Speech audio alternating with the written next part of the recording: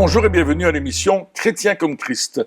Nous voulons continuer notre étude sur la prière et nous parlerons aujourd'hui de l'importance de la prière. Alors Christine, lis-nous ce texte d'Ézéchiel qui nous parle que Dieu attend notre prière. Exactement, c'est dans Ézéchiel chapitre 22 au verset 30 qui dit « Je cherche parmi eux quelqu'un qui construise un mur, qui se tienne à la brèche devant moi en faveur du pays pour que je ne le détruise pas, mais je ne trouve pas. » Et là, on voit que Dieu, il veut vraiment qu'on puisse participer, qu'on puisse s'intéresser à ceux qui nous entourent et pouvoir intercéder en leur faveur devant lui. Donc, si je comprends bien, la prière, c'est pas simplement de parler avec Dieu, d'avoir cette communion avec Dieu, bien que ce soit important, C'est ça, oui. mais c'est également pouvoir intercéder pour quelqu'un d'autre, pour une autre cause, pour ici, on voit pour un pays, donc quelque chose qui, finalement, ne nous concerne pas directement, en tout cas, pas qu'on le sache, peut-être qu'on ne le réalise pas,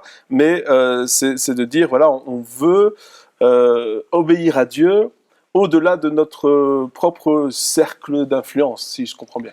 Oui, et c'est aussi l'occasion, et ici il cherche vraiment un homme qui se tienne à la brèche, c'est-à-dire qui se tienne là où il y a un défaut, là où il y a un problème, et qui va intercéder par rapport à ce problème.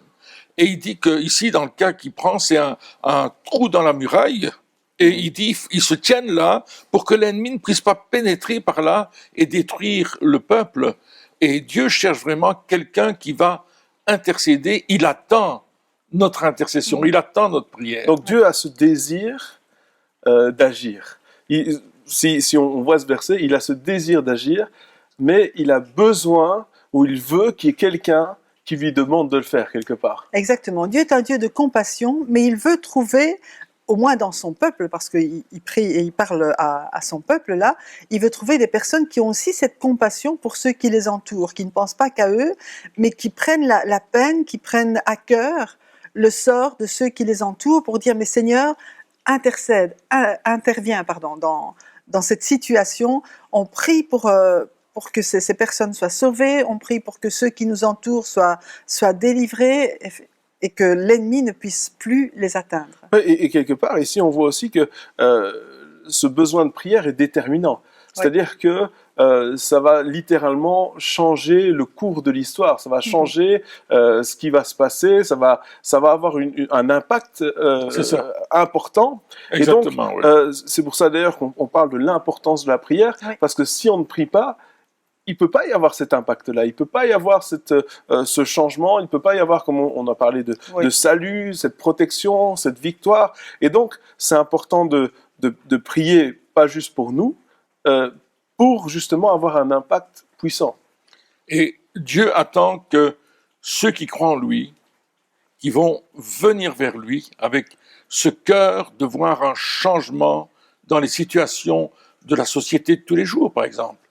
Et on va prier pour demander à Dieu de changer les choses. Et notre prière est importante. Je me souviens de quelque chose qui s'est passé ici. Il y avait, pas loin de notre église, on savait qu'il y avait là un trafic de drogue. Les jeunes venaient se fournir en drogue et c'était vraiment quelque chose qu'on n'arrivait pas à faire changer. La police venait, il n'y avait jamais rien qui se passait. Et on a commencé à intercéder, demander au Seigneur que ce système stop. Et c'était le vendredi soir. Et le samedi midi, il y a eu une intervention formidable de la police qui a arrêté tous les dealers, qui a réussi à remonter jusqu'au principal.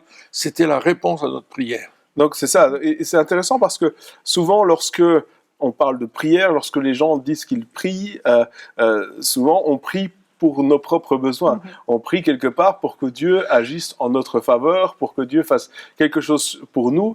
Et la prière, il y a cette vision de la prière qui est centrée sur soi-même, centrée sur notre bien-être. Voilà, c'est centré sur nous. Et ici, on voit que on est à un autre niveau. On est passé à une autre dimension quelque part dans la prière où on n'est plus centré sur soi-même. On n'est plus centré juste sur nous, mais on est centré sur la volonté de Dieu quelque part. Parce que lorsque Dieu parle ici, il dit mais c'est ma volonté. Ce que je veux faire, c'est ce que moi je veux faire. Absolument. Est-ce qu'il y a quelqu'un qui aimerait prier pour ce que moi je veux faire? C'est exactement Et ça. alors que souvent dans la prière, on a tendance à prier pour ce que nous on voudrait que Dieu fasse. Oui, absolument. Pour oui. nous, alors que on voit ici que c'est pas la bonne manière de prier, c'est pas la bonne manière de voir la prière en soi. La bonne manière, c'est de dire Seigneur, qu'est-ce que toi tu veux? Pourquoi est-ce que toi tu veux que je prie? Quelle est ta volonté dans ma prière? Et c'est là que ça devient intéressant et c'est là que ça devient important. Et c'est là qu'on voit qu'on travaille avec Dieu. C'est vraiment un travail de coopération avec Dieu. Et justement, on s'est dit, je cherche quelqu'un qui élève un mur, mais ça demande des efforts. Ouais. C'est pas simplement une petite prière comme ça, mais ça demande vraiment des efforts de se concentrer, de rechercher le cœur de Dieu, de recevoir son cœur pour ceux qui nous entourent, afin d'intercéder dans le sens, effectivement, où lui veut agir. Ouais. Et comme je le disais tout à l'heure, c'est un Dieu de compassion, et je pense que peut-être la première prière qui serait pour nous, c'est de dire « Seigneur, donne-moi ta compassion pour que je puisse intercéder en faveur de ceux qui m'entourent avec ton cœur. » Parce que toi, tu veux agir. Ouais, mais bien plus important, enfin bien plus, encore plus que ça encore, c'est pas juste de dire Seigneur, je veux de la compassion, ce qui est juste, mais ici on voit que c'est la compassion pour la volonté de Dieu. Oui, absolument. Et des fois, c'est vrai que des fois on peut prier pour nos propres besoins, mais des fois on peut prier aussi pour des choses, pour les autres, qui ne sont pas forcément dans la volonté de Dieu. Oui. Je veux dire, c'est pas parce qu'on prie pour quelqu'un d'autre que forcément on prie la bonne chose, enfin, pour le bon sujet, on va dire ça comme ça. Mais ici, clairement, ce que Dieu veut, c'est que on recherche quelle est sa volonté. C'est-à-dire, pourquoi est-ce que tu veux que je prie? Quel est le sujet? Quelle est la personne? Je me souviens que je lisais l'histoire de Rees House, qui était un intercesseur extraordinaire, et il était arrivé à un point. Donc lui, c'était un intercesseur. C'était pas juste la prière. Il se mettait à la place des gens pour qui il priait, et il intercédait jusqu'au moment où il voyait une réponse. Quand, par exemple, c'était un point où quand il priait pour des pauvres, il se mettait dans un état de pauvreté, c'est-à-dire qu'il vivait comme un pauvre, avec les mêmes, s'il mangeait une fois par jour, eh bien, lui mangeait aussi une fois par jour. Donc, il a vraiment cet appel d'intercession qu'on n'a pas tous, mais que lui avait. Ouais. Et je me souviens qu'à un certain moment, il disait dans sa vie, il est arrivé à un point où il ne priait plus que pour les sujets que Dieu lui montrait. C'est-à-dire que si quelqu'un venait lui demander « Est-ce que tu peux prier pour moi ?» sa réponse n'était pas « Oui, je vais prier pour toi ». Sa réponse était « Je vais voir si c'est ce que Dieu veut, si c'est le moment, si c'est le temps pour que je prie pour toi. » Et je me dis que c'est intéressant parce que c'est comme ça aussi qu'on peut voir un impact dans nos prières. C'est-à-dire que si on décide nous-mêmes des sujets pour lesquels on prie, eh bien, on ne va pas être sûr que c'est vraiment la volonté de Dieu. Et donc, on n'aura pas d'assurance dans notre prière. Oui. Par contre, si on prie uniquement pour les sujets que Dieu nous montre ou qui nous met à cœur, eh bien, à ce moment-là, l'assurance dans notre prière sera plus grande, parce qu'on saura que c'est la volonté de Dieu. Ici, lorsque Dieu dit « je cherche quelqu'un qui va bâtir un mur », l'appel est clair. Oui. Il y a quelqu'un qui doit se tenir à la brèche, il y a quelqu'un qui doit prier pour un miracle pour le pays. L'appel de Dieu est clair. Et bien sûr, il y a déjà dans la Bible, il y a dans la Bible plein de choses, des sujets qui sont déjà là et qui nous disent « pour ça, tu peux prier parce que c'est sûr que c'est la volonté de Dieu ». Justement, il y a un texte dans Timothée, Christine, oui, tout à fait. Tu peux nous lire. Dans 1 Timothée, chapitre 2, les versets 1 à 4, il nous dit « J'encourage donc avant tout à faire des demandes, des prières, des supplications, des prières de reconnaissance pour tous les hommes, pour les rois et pour tous ceux qui exercent l'autorité, afin que nous puissions mener une vie paisible et tranquille en toute piété et en tout respect. Voilà ce qui est bon et agréable devant Dieu notre Sauveur, lui qui désire que tous les hommes soient sauvés et parviennent à la connaissance de la vérité. » Donc ici, on peut dire quand même dans ce passage qu'on voit la volonté de Dieu. Ça, Dieu veut que tous les hommes soient sauvés. Quand on prie, quand on intercède pour quelqu'un, pour que vraiment le Seigneur agisse dans sa vie afin qu'il puisse recevoir le salut, on sait qu'on est dans la volonté de Dieu. C'est ça, exactement. Et c'est pas juste, c'est ça. Dieu veut que tous les hommes soient sauvés. Dieu veut que l'on prie pour les autorités. Oui. Donc, c'est la volonté de Dieu déjà qu'on prie pour les autorités. Alors, comment est-ce qu'on peut faire dans la vie de tous les jours, de manière pratique, pour prier pour les autorités? Pourquoi est-ce qu'on peut prier? Alors, la première chose, c'est qu'on doit connaître nos autorités. Par exemple, nous, ici en Belgique, on a un roi et une reine. Eh bien, la première chose à faire, c'est de prier pour eux, d'abord pour leur santé morale, leur santé physique, pour qu'ils puissent prendre les bonnes décisions dans le gouvernement, qu'ils puissent être à la bonne place pour faire les bonnes choses. Nous prions également pour le Premier ministre, pour tous ceux qui sont en charge de quelque chose au niveau du gouvernement, et on va toujours demander que ce soit la volonté de Dieu qui soit faite dans leur vie. Parce que je pense que l'important, c'est que nous qui sommes chrétiens, nous ne sommes plus de ce monde, nous sommes du royaume de Dieu.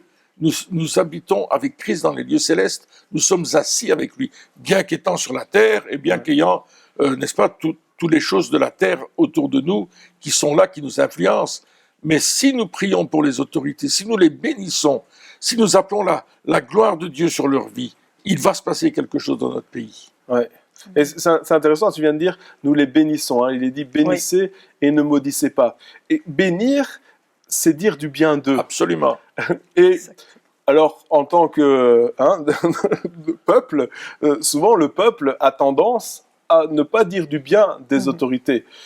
Souvent, à juste titre, hein, c'est justifié, ça peut être justifié en tout cas, et surtout dans des pays où, ici en Belgique, on a cette liberté de pouvoir professer notre foi, mais c'est pas le cas partout. Hein. Il y a des pays où vraiment les autorités sont vraiment contre tout ce qui est la foi, tout ce que Dieu veut faire, et c'est pas toujours évident de bénir plutôt que de maudire, mais pourtant, c'est important dans le processus de prière.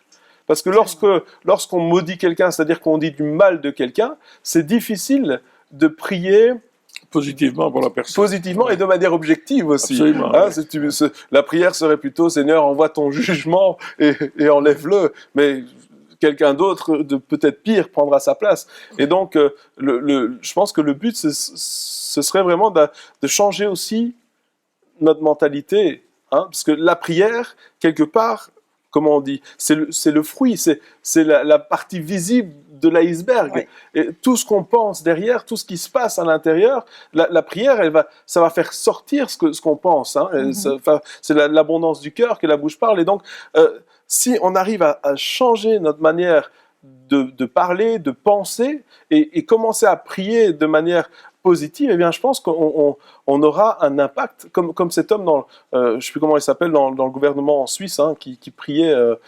qui allait au gouvernement et qui priait avec, au lieu de dire du mal, de dire voilà, ils ne sont pas assez bien, hein, eh bien, il a commencé à prier. Et je pense que dans d'autres pays aussi, ça a commencé, et ça amène un changement. Ça amène un changement, parce que si on critique, c'est facile, mais prier pour un changement, prier pour de la sagesse, parce que ces gens-là, finalement, c'est ce qu'ils ont besoin. Vraiment. C'est ça.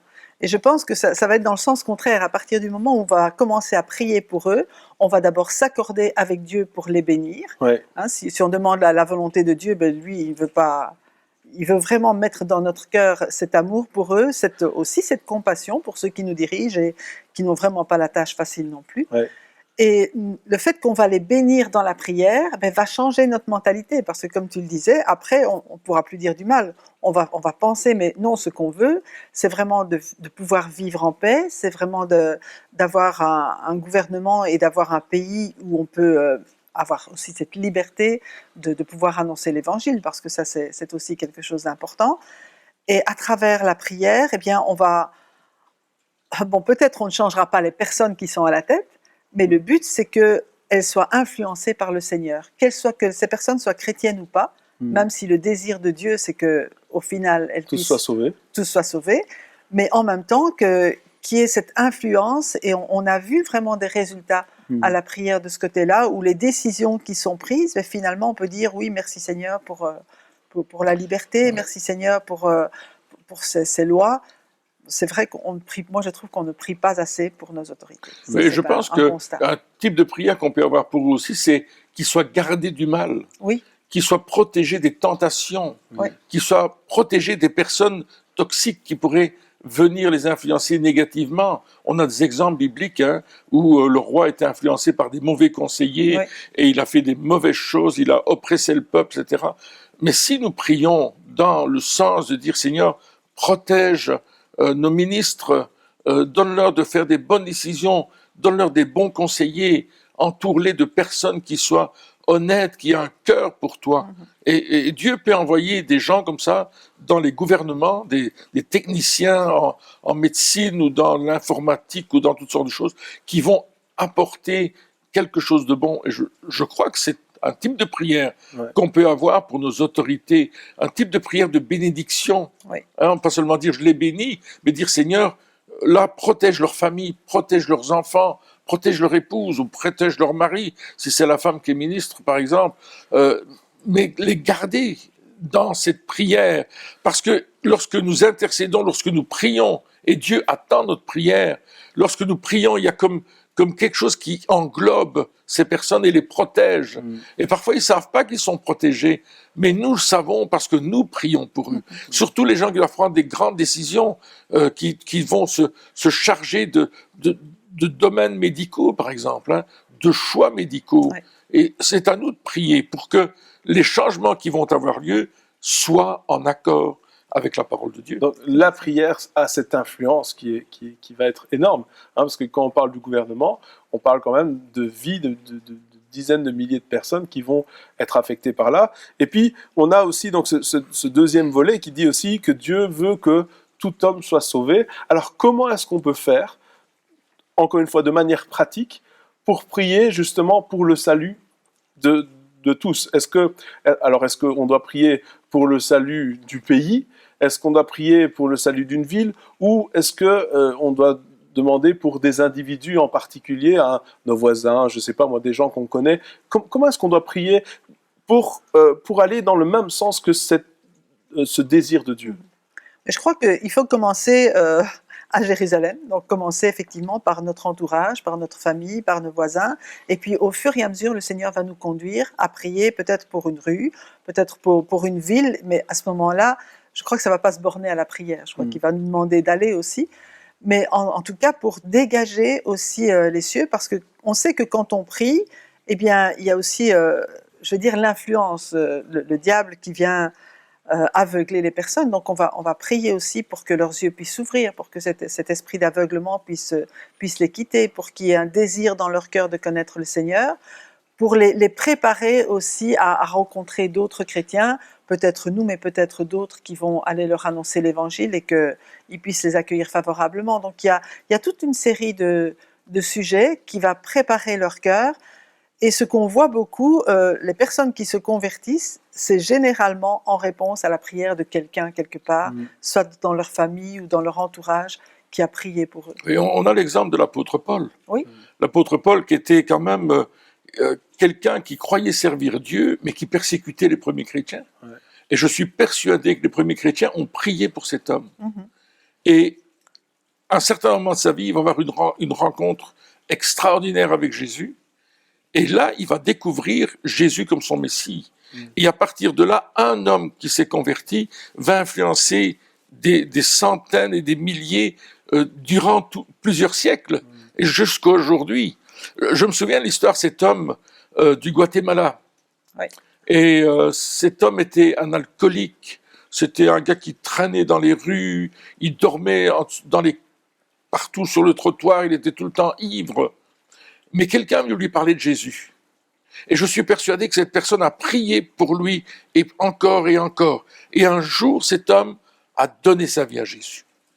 Il a été complètement transformé. Mais il était tellement transformé dans sa vie qu'il a commencé à aller prier dans tous les bars de la ville. Là où il allait boire, il est allé prier. Il a posé les mains sur les bars, il a dit « Seigneur, que ces lieux de perdition ferment ». Il est allé sur il y avait 3 prisons dans la ville, 3 petites prisons. Il est allé prier pour ces prisons-là, parce que lui avait été dans les 3 prisons déjà. C'était une vie de débauche incroyable qu'il avait, mais Dieu l'avait touché. Et aujourd'hui, cet homme est pasteur. Il a une énorme église, une grande église à Alma Longa, je Alma Longa, pense, ouais. au Guatemala.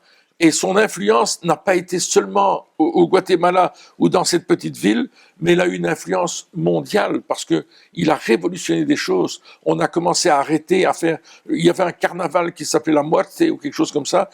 Ça s'est arrêté dans la ville parce que c'était devenu non plus la mort, mais c'était devenu la vie. Donc une seule personne va changer beaucoup de choses. Donc prions pour les bonnes personnes qui se convertissent. Et parce que celles-là vont en influencer beaucoup d'autres. Et c'est notre intercession pour le salut. Donc, ouais, c'est ça. Donc, on prie pour des saluts, on prie pour, comme tu dis, les bonnes personnes, pour des personnes clés. On prie, voilà, pour que Dieu mette des personnes sur leur route ou qu'il y ait des circonstances qui les amènent à un changement. On peut prier aussi pour que, comme tu l'as dit, que les yeux s'ouvrent, qu'à un certain moment ils comprennent quelle est la vérité. Et tout ça, toute cette prière, je pense aussi que, comme on l'a dit, ça doit être conduit par la compassion. Oui. Ça doit être conduit par l'amour, parce que quelque part on peut pas prier pour quelqu'un sans commencer par l'aimer, sans commencer par aimer cette personne en disant Seigneur, je veux vraiment voir un changement. Et aussi, ça nous amène à croire qu'il peut y avoir un changement. Parce que je me souviens, j'ai rencontré des personnes qui priaient, mais sans croire que Dieu allait agir. Quelque part, on disait, voilà, on va prier pour un tel sujet, on intercède pour tel ou tel sujet, pour qu'il y ait un réveil ou pour, je sais pas, mais sans croire que Dieu va le faire, sans conviction. Et ce qui se passe quand on fait ça, c'est que on n'est pas préparé à la réponse. On est prêt pour le combat, on est prêt pour l'intercession, on est prêt pour y aller. Un petit peu comme l'histoire de Pierre, lorsqu'il est sorti de prison. Et donc tout le monde était en train d'intercéder pour lui, et puis il arrive en réponse à la prière, et il ne le croit pas, parce que il voyait la réponse, mais ils étaient prêts pour le combat, ils étaient prêts pour l'intercession, mais ils n'étaient pas prêts pour la réponse. Alors la question, c'est comment est-ce qu'on peut se préparer pour la réponse? Comment est-ce qu'on peut faire pour se dire, voilà, moi je veux avoir la foi, et je veux me préparer à voir ce que Dieu va faire? La foi vient de ce qu'on entend, et ce qu'on entend vient de la parole de Christ. La première chose, c'est que dans la parole de Dieu, on a beaucoup d'exemples de réponses à la prière. Il y en a énormément. Depuis la Genèse jusqu'à l'Apocalypse, il y a des réponses aux prières. Donc, je vais me fortifier en voyant comment Dieu a déjà répondu à la prière. Et je vais croire, lorsque je prie, que ce Dieu qui a répondu à la prière d'Abraham, à la prière d'Isaac, à la prière de Paul, à la prière de Pierre, de Jacques, de Jean, il va répondre à ma prière. Donc, je vais faire les choses en m'attendant à avoir une réponse. La réponse que Dieu veut, comme il le veut, et je vais m'attendre à cette réponse. Jésus a dit que si on avait la foi comme un grain de sénévé, on pourrait dire à une montagne de se déplacer qu'elle le ferait. Ça veut dire que on s'attend à ce qu'elle se déplace, on s'attend à un changement. Et lorsque je prie avec foi, en accord avec la parole de Dieu, je vais m'attendre à un résultat, au résultat de Dieu. Et ça, c'est ma manière de me préparer. Je dis, Seigneur, j'ai un objectif, tu m'as mis sur le cœur de prier pour telle chose, je vais prier jusqu'à ce que cette prière soit exaucée et que je puisse voir ta main à l'œuvre. Et parce que Dieu attend notre prière, parce qu'il veut nous donner la réponse. Ouais, et c'est quand même beaucoup plus fun de prier pour quelque chose en s'attendant à une réponse que de prier pour quelque chose en se disant on verra bien si... C'est vrai, ça donne aussi envie de prier. Oui. C'est-à-dire que si par exemple je prie pour le gouvernement et que je me dis Dieu va agir, eh bien, c'est beaucoup plus intéressant que de dire je vais prier pour le gouvernement, mais de toute façon, il n'y aura pas de changement. Ça n'a pas la peine. Mais c'est ça. Mais des fois, on prie parce qu'il faut prier, parce qu'on nous a dit il faut prier. Et donc, on prie. Mais la vérité, c'est que Dieu, quand il nous demande de prier, il nous dit prie parce que je veux répondre. Exactement. Prie parce que je veux agir. Je vais te montrer ma gloire. Je vais te montrer ce que je peux faire. Et lorsqu'on prie avec cette mentalité-là, eh bien... c'est tout autre chose quand même. Oui, c'est tout autre chose. Si on prie pour une personne pour qu'elle soit sauvée, même qu'elle n'est pas encore sauvée, on va la voir différemment, cette personne-là. On va commencer à interagir avec elle en se disant « Mais toi, je sais que tu vas être sauvé, je sais qu'il va y avoir un changement dans ta vie. » Oui, même notre conversation avec elle va C'est ça. être différente. Mais on peut prendre l'exemple un agriculteur, mais quand il sème, il s'attend à une moisson, et qu'est-ce qu'il va faire? Il va construire des greniers pour Ouais. mettre sa moisson. Et je crois que quand on prie pour les personnes, si on prie pour la ville par exemple, et qu'on s'attend à une récolte, eh bien on va préparer l'endroit, on va préparer l'église, on va préparer la structure, on va préparer les personnes pour accueillir aussi les personnes de l'extérieur. Ça aussi, c'est une forme de foi. Je crois que Dieu va agir dans le cœur des gens, je crois que les personnes vont se convertir, donc on se prépare déjà dans notre mentalité à les accueillir au sein de l'Église, pour les bénir, pour les encourager, pour être une famille pour ces personnes. C'est ça, exactement. Et la question que Dieu pose souvent dans la Bible, hein, dans certains passages, il dit, mais qui va le faire? Qui va prier? Est-ce que je vais trouver quelqu'un qui va se tenir à la brèche? Est-ce que je vais trouver quelqu'un qui va bien vouloir le faire? Est-ce que je vais trouver quelqu'un? Quelque part, la question de Dieu, c'est, est-ce que je vais trouver quelqu'un qui va arrêter de penser seulement à lui C'est ça. et qui va commencer à penser à ce que moi je veux? C'est ça Alléluia, la ouais, question c'est tout de à fait Dieu. ça. Hein, des fois on prie, mais on prie pour que Dieu fasse pour moi. Moi, je suis le centre. Mais alors que la question de Dieu, et il la pose encore aujourd'hui, il l'a posée dans l'Ancien Testament, il la pose encore, et il dit, mais est-ce que je vais trouver quelqu'un qui va penser aux besoins des autres? Est-ce que je vais trouver quelqu'un qui va vouloir faire ma volonté par-dessus la sienne, qui va avoir un autre objectif? Donc quelqu'un qui a déjà cette communion avec Dieu, Oui, qui aime être en relation avec lui et qui entend sa voix, qui entend sa volonté et qui sait comment il va prier. L'important de nous préparer, c'est d'avoir cette intimité avec Dieu et d'être capable de savoir qu'à un certain moment, Dieu veut qu'on prie pour quelque chose.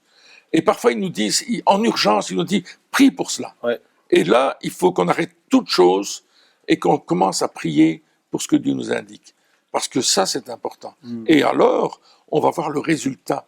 Mais le résultat sera à la gloire de Dieu parce que c'est lui qui nous a donné le C'est ça. sujet. Et comme on le disait, c'est vraiment cette importance de la prière, cette prière d'intercession, on va dire, c'est un autre niveau. C'est-à-dire qu'on commence la prière en disant, je communique avec Dieu, hein, j'entretiens cette relation avec Dieu, j'entends sa voix, j'apprends à entendre sa voix, je l'écoute, je lui parle, je lui dis les choses qui sont sur mon cœur, etc. Donc j'entretiens cette relation, et puis ça va plus loin. C'est-à-dire que je m'arrête pas là. Dieu commence à mettre ses désirs dans mon cœur, il commence à mettre ce qu'il lui veut faire. Et là, c'est vrai que si Dieu dit j'aimerais faire ça, on se dit mais fais-le. C'est un petit peu, ok, mais Dieu dit non, je veux faire ça, mais je veux t'utiliser aussi. Je veux que tu sois l'instrument qui intercède pour ces choses-là. Et comme tu le disais, on voit que énormément de personnes qui ont été sauvées, ils ont été sauvés parce que quelqu'un, quelque part, a prié pour eux. Hein, on voit aujourd'hui qu'il y a des personnes qui ont des apparitions, qui voient Jésus, qui leur parle, etc. Et bien moi, je crois qu'ils voient Jésus qui leur parle parce que derrière, quelqu'un a prié pour cette personne-là, pour qu'il puisse y avoir une révélation. Et même si, quelque part, personne ne leur a parlé physiquement, parce qu'ils sont inatteignables, eh bien, quelqu'un derrière a prié pour qu'il y ait un changement. Et je parlais de Rees House tout à l'heure. Rees House a eu un impact sur le déroulement de la guerre par cette intercession. Par l'intercession, il y a des milliers de vies qui ont été sauvées parce qu'à chaque fois, Dieu leur montrait, prie pour telle ville ou tel combat, etc. Et ils se renseignaient par après, bien sûr, et ils voyaient, tout d'un coup, les Allemands ont arrêté de bombarder. On ne sait pas pourquoi. On ne sait pas comment ça se fait. Alors qu'ils entouraient la ville, ils ont reculé. Pourquoi? On ne sait pas. Et à chaque fois, on voit comme ça qu'il y a eu l'impact de la prière a été très fort. Et encore aujourd'hui, l'impact de notre prière est fort. L'importance de notre prière est bien réelle, est bien tangible. Et ce que j'aimerais dire pour terminer, c'est que ce n'est pas simplement pour les autres, mais ça nous parle à nous. Et nous n'attendons pas à ce que les autres prient, mais commençons par le faire nous-mêmes. et on va voir, ça va nous encourager Oui, de voir absolument. que Dieu agit. Amen. Ça va être Amen. fun, au fait. C'est La vrai. prière, c'est fun, c'est quelque chose qui est vraiment encourageant et ça va nous pousser à le faire encore et encore parce que c'est vraiment important. Eh bien, chers amis, merci encore de nous avoir suivis pour cette émission et on se retrouve très bientôt pour la suite. Au revoir.